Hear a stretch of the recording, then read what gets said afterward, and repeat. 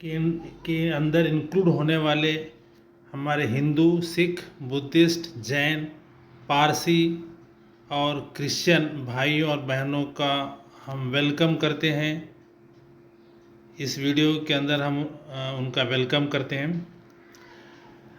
अब कौन से लोग इस CAA के अंदर इंक्लूड होते हैं, तो ये जो हमारे हिंदू, सिख, बुद्धिस्ट, जैन, पारसी और क्रिश्चियन भाई हैं जो अफ़गानिस्तान, बांग्लादेश और पाकिस्तान इन 3 कंट्रीज से आए हैं और वो 31 दिसंबर 2014 से पहले आए। उनको इंक्लूड किया गया CAA के अंदर। अब यहाँ पे मेरी एक गवर्नमेंट से रिक्वेस्ट है कि ये जो हमारी सहायता है इसको और थोड़ा बड़ा वासे करें, यानी उसको स्कोप को और बढ़ाए। CAA के स्कोप को बढ़ाकर ना सिर्फ ये 3 कंट्री बल्कि वर्ल्ड के किसी भी कंट्री में हमारे इन भाइयों को, हिंदू, सिख, बुद्धिस्ट, जैन और पारसी और क्रिश्चियन, इन भाइयों को अगर कहीं भी अत्याचार हो रहा होगा पूरे वर्ल्ड में किसी भी कंट्री पे, तो भी उनको भी इंडियन सिटीजनशिप दिया जाए। इंडिया के अंदर उनको प्रोविज़न दिया जाए कि वो आ सकते हैं और इंडियन सिटीजनशिप ले सकते हैं।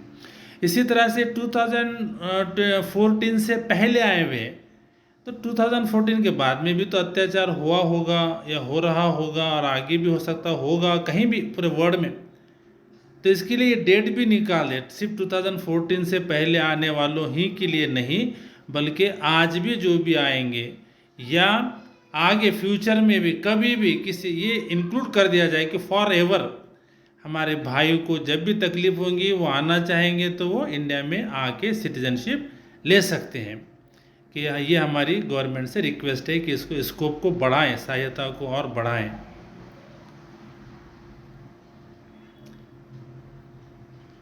अब प्रोसीजर क्या है सिटीजन, ये हमारे भाइयों के लिए हमने ये वीडियो बनाए, तो उनको सिटीजनशिप लेने का प्रोसीजर क्या है।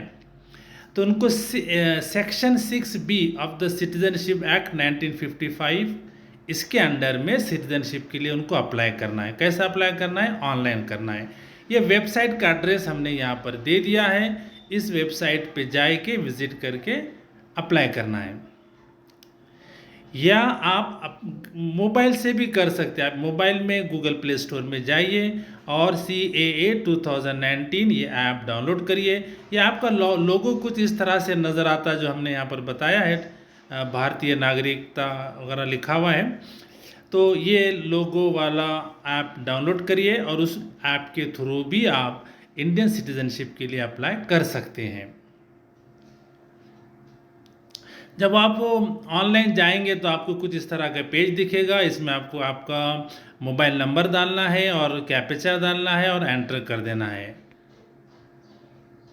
एंटर करने के बाद में कुछ इस तरह से फेस ओपन होकर आएगा, जिसमें आपको आपका नेम डालना है, ईमेल आईडी डालना है, मोबाइल नंबर फिर से डालना है और कैप्चा डाल के एंटर कर देना है, जिससे आपका मोबाइल वगैरह का वेरिफिकेशन हो जाएगा। और वेरिफिकेशन होने के बाद में कुछ आपसे बेसिक क्वेश्चंस पूछे जाएंगे। Based on the basic question जो है आपके एप्लीकेशन, आपके सामने जो कुछ फॉर्म्स है, इस तरह से 7 टाइप्स के फॉर्म्स है, उसमें से एक टाइप का फॉर्म आपको फिल करना है बेस्ड ऑन आपकी जो कंडीशन है। तो उसमें और आपकी सुविधा के लिए हम अपने भारत सरकार ने जो है इसके अंदर ऐसा सिस्टम रखा है कि आप जो बेसिक क्वेश्चंस आपके बारे में पूछे गए हैं, जब आप उसका सही जवाब दे देंगे तो सिस्टम ऑटोमेटिक इसमें से एक फॉर्म चूज़ कर लेगा आपको, और वो फॉर्म आपके लिए ओपन हो जाएगा। यानी आपको भी इसमें चूज़ करते बैठने का ऐसा कोई ये नहीं है। वो आपका फॉर्म बाय डिफ़ॉल्ट जो है आपके बेस्ड ऑन द इंफॉर्मेशन जो आपने भरे, इसमें से एक फॉर्म ऑटोमेटिक ओपन हो जाएगा। वो फॉर्म में कुछ कॉलम्स रहेंगे भरने के, वो आपको भरना है।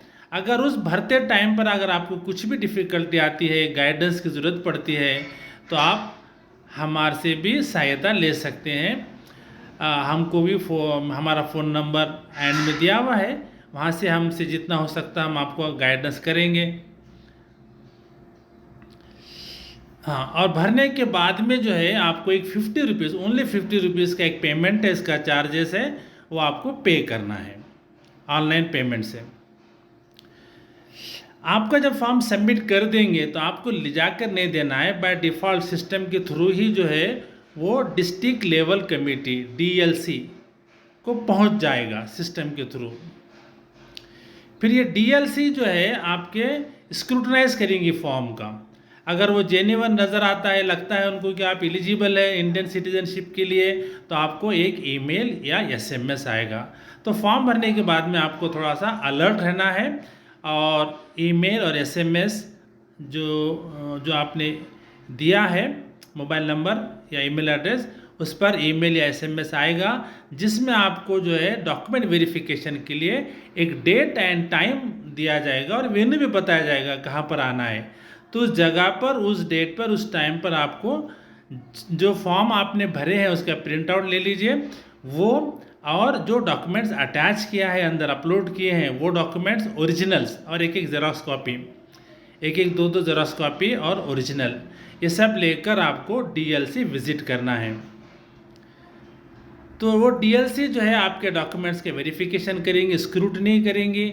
स्क्रूटनी करने के बाद अगर उनको सब सेटिस्फाई होते हैं तो आपसे एक ओथ ऑफ एलिगेंस लेंगे कि हम जो है भारतीय संविधान का सम्मान करेंगे, उसका पालन करेंगे, इस तरह से एक ओथ होगा, वो आपको लेंगे। वो आप राइटिंग में भी लिखना है, आपको उस पर सिग्नेचर करना है, और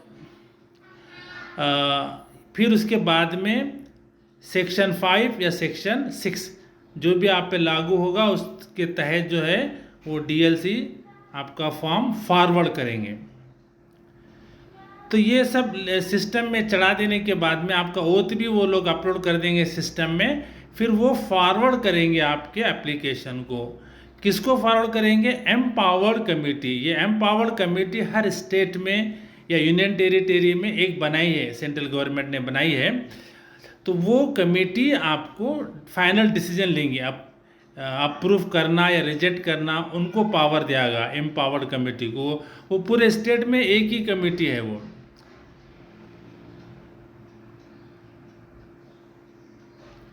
एम्पावर्ड कमेटी क्या करेंगे? वो स्क्रूटनाइज करेंगे आपका एप्लीकेशन का, और आपके एप्लीकेशन को आपके जहाँ भी रहते हैं आप रेसिडेंस, वहाँ पे पुलिस वेरिफिकेशन के लिए भेजेंगी, और उनके डॉक्यूमेंट्स भी आपको वेरिफिकेशन कराए जाएंगे।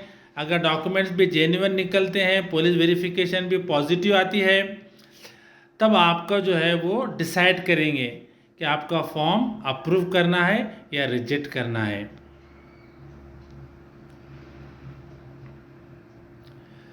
अगर आपका फॉर्म वो अप्रूव करती हैं कमेटी, तो आपको एसएमएस आएगा, ईमेल एसएमएस आएगा कि आपका फॉर्म अप्रूव हो चुका है। तो और आप डाउनलोड कर लीजिए डिजिटल सर्टिफिकेट। आप ऑनलाइन जाकर डिजिटल सर्टिफिकेट डाउनलोड कर सकते हैं, अपना सिटीजनशिप का सर्टिफिकेट।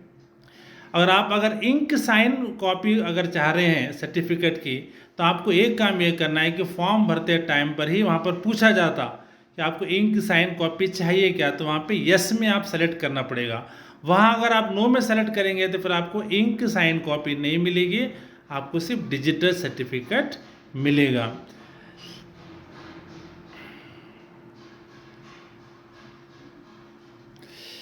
हाँ, एक बहुत बड़ी गुड न्यूज़ यहाँ पर यह है कि सपोज फॉर एग्ज़ाम्पल जो है हमारा कोई भाई जो है 2000 में आए थे, या 1970 में आए थे, 30 ईयर्स पहले, 40 ईयर्स पहले आए थे, तो उनको और सिटीजनशिप अब मिल रही है उनको 2024 में। तो सिटीजनशिप उन कब से काउंट होगी, एक बड़ा क्वेश्चन है। तो जो आपका डेट ऑफ अराइवल है इंडिया में, चाहे 20 ईयर्स के पहले करो चाहे 30 ईयर्स पहले करो, उस टाइम से ही आप एक इंडियन सिटीजन काउंट हो जाएंगे। तो आपका इंडियन सिटीजनशिप कहाँ से शुरू होगी? आपका date of arrival in India. It's very big and good news for you. अब डॉक्यूमेंट्स जो रिक्वायर्ड है, अब आपको 2 टाइप के डॉक्यूमेंट्स देना है। एक तो डॉक्यूमेंट वो जिसमें आप ये बताएंगे कि आप अफ़गानिस्तान या बांग्लादेश या पाकिस्तान से आए हैं। दूसरा वो डॉक्यूमेंट जिसमें ये आप बताएंगे कि आप 2014 से पहले ही इंडिया में आ गए हैं। अब any one of the following, ये जो यहाँ पे 9 डॉक्यूमेंट्स है, वो डॉक्यूमेंट में से कोई भी एक डॉक्यूमेंट सिर्फ आपको सबमिट करना है, ये बताने के लिए आप ये तीनों देशों में से कोई एक देश के नागरिक थे। चलिए, नंबर 1 आपका पासपोर्ट, कौन से, अफगानिस्तान या बांग्लादेश या पाकिस्तान कंट्री का। नंबर 2 अगर वो नहीं भी है तब भी, नंबर 2 जब आप इंडिया में एंटर हुए तो उसके बाद में आप जाहिर बात है FRRO के पास तो गए होंगे, फॉरेनर्स रीजनल रजिस्ट्रेशन, आपका नाम रजिस्टर कराया होगा, तो उसकी कॉपी वो भी वैलिड है।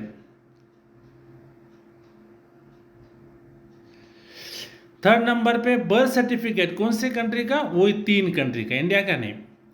फोर्थ नंबर पे स्कूल सर्टिफिकेट्स, चाहे कोई भी क्लास का हो, कौन से कंट्री का, वहाँ की कंट्री का जहाँ से आप आए हैं।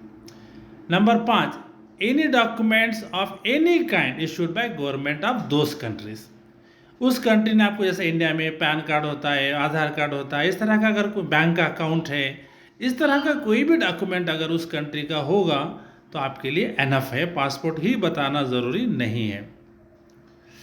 6 नंबर पे क्या है, लाइसेंस, ड्राइविंग लाइसेंस वगैरह जो रहता है उस कंट्री का। 7 नंबर पे क्या है, लैंड रिकॉर्ड या टेनेंसी रिकॉर्ड, यानी आप वहाँ पे किराए से थे तो किरायानामा, रेंटल एग्रीमेंट, रेंट की स्लिप, इस तरह का कोई भी डॉक्यूमेंट आप सबमिट कर सकते हैं।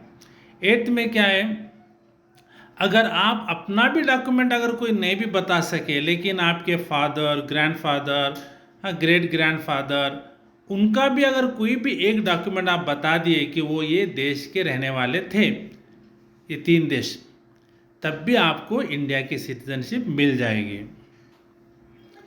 लास्ट में क्या, any other document issued by those governments, उस गवर्नमेंट ने दिया हुआ कोई भी डॉक्यूमेंट, चाहे पोस्ट का डॉक्यूमेंट हो, कोई भी डॉक्यूमेंट हो, वो सब भी आपके लिए एडमिसिबल है, एक्सेप्ट हो जाएंगे। और एक बहुत बड़ी गुड न्यूज़ आपके लिए ये है, एक सहूलत ये है कि above documents will be admissible even beyond their validity. For example, आपने ड्राइविंग लाइसेंस सबमिट किया आपने, लेकिन ड्राइविंग लाइसेंस आप 2000 में एक्सपायर हो गया, 2014 में एक्सपायर हो गया, 15 में एक्सपायर हो गया, और अब आप सबमिट कर रहे हो उसको 2024 में, तब भी गवर्नमेंट क्या करेंगी, वो एक्सपायर डॉक्यूमेंट को भी एक्सेप्ट कर लेंगी। So this is very good news, और एक बहुत बड़ी सुविधा है हमारे भाइयों के लिए जो वहाँ से आ रहे हैं। अब आपको कौन सा डॉक्यूमेंट देना है कि आप ये प्रूव करें कि 2014 से पहले आप इंडिया में आ चुके थे, इंडिया में रह रहे थे। उसके लिए तो बहुत ही आसान है, 20 डॉक्यूमेंट्स है, वो सारे डॉक्यूमेंट्स मैं यहाँ पर मेंशन नहीं करता, वीडियो लंबा हो जाएगा। वो 20 डॉक्यूमेंट्स है जिसमें हर एक डॉक्यूमेंट जो भी आपकी ज़बान पे है वो डॉक्यूमेंट एडमिसिबल है। यहाँ के आपके बच्चों का, यहाँ के स्कूल का रिकॉर्ड, यहाँ का बर्थ सर्टिफिकेट बच्चों का, या आधार कार्ड, पैन कार्ड, कुछ भी है, बैंक का अकाउंट, एनी डॉक्यूमेंट जो ये बता दी कि आप 2014 से पहले से रह रहे हैं तो एडमिसिबल। इवन जो है वार्ड मेंबर का आपका लेटर, या कोई MLA MP का लेटर, गैजेटेड ऑफिसर का letter, all are acceptable. Next, ये 2 होने के बाद में मेन, ये तो 2 ही टाइप के डॉक्यूमेंट्स है, ये 20 में से कोई भी एक देना है आपको। उसके बाद में एक एफिडेविट देना है आपको, सेल्फ एप्लीकेंट का सेल्फ एफिडेविट, और एक टेस्टिफाइंग एफिडेविट, कोई भी एक इंडियन नेशनल जो अभी एग्जिस्टिंग इंडियन नेशनल है उसमें से कोई भी एक इंडियन नेशनल टेस्टिफाई करना कि आप जो है फला फला देश से आए हैं और 2014 से पहले से यहाँ रहते हैं, मैं इनको जानता हूँ। इस तरह से एक विटनेस समझ जाइए, आप टेस्टिफाई करना चाहिए कि उन आप यहाँ पे रहते हैं। सो ये इतने कंपलसरी है, सारे डॉक्यूमेंट्स आपके लिए कंपलसरी है। और अगर आपको किसी तरह की ये सिटीजनशिप का फॉर्म भरने में किसी तरह की दिक्कत आती है तो we are here to help you. आप किसी टाइम पर भी राउंड द क्लॉक कभी भी आप हमको फ़ोन करके कांटेक्ट कर सकते हैं, व्हाट्सएप मैसेज डाल सकते हैं। हम आपको ये सिटीजनशिप ऑनलाइन फॉर्म भरने में हम आपको पूरी हेल्प करेंगे, गाइड करेंगे। Thank you for watching.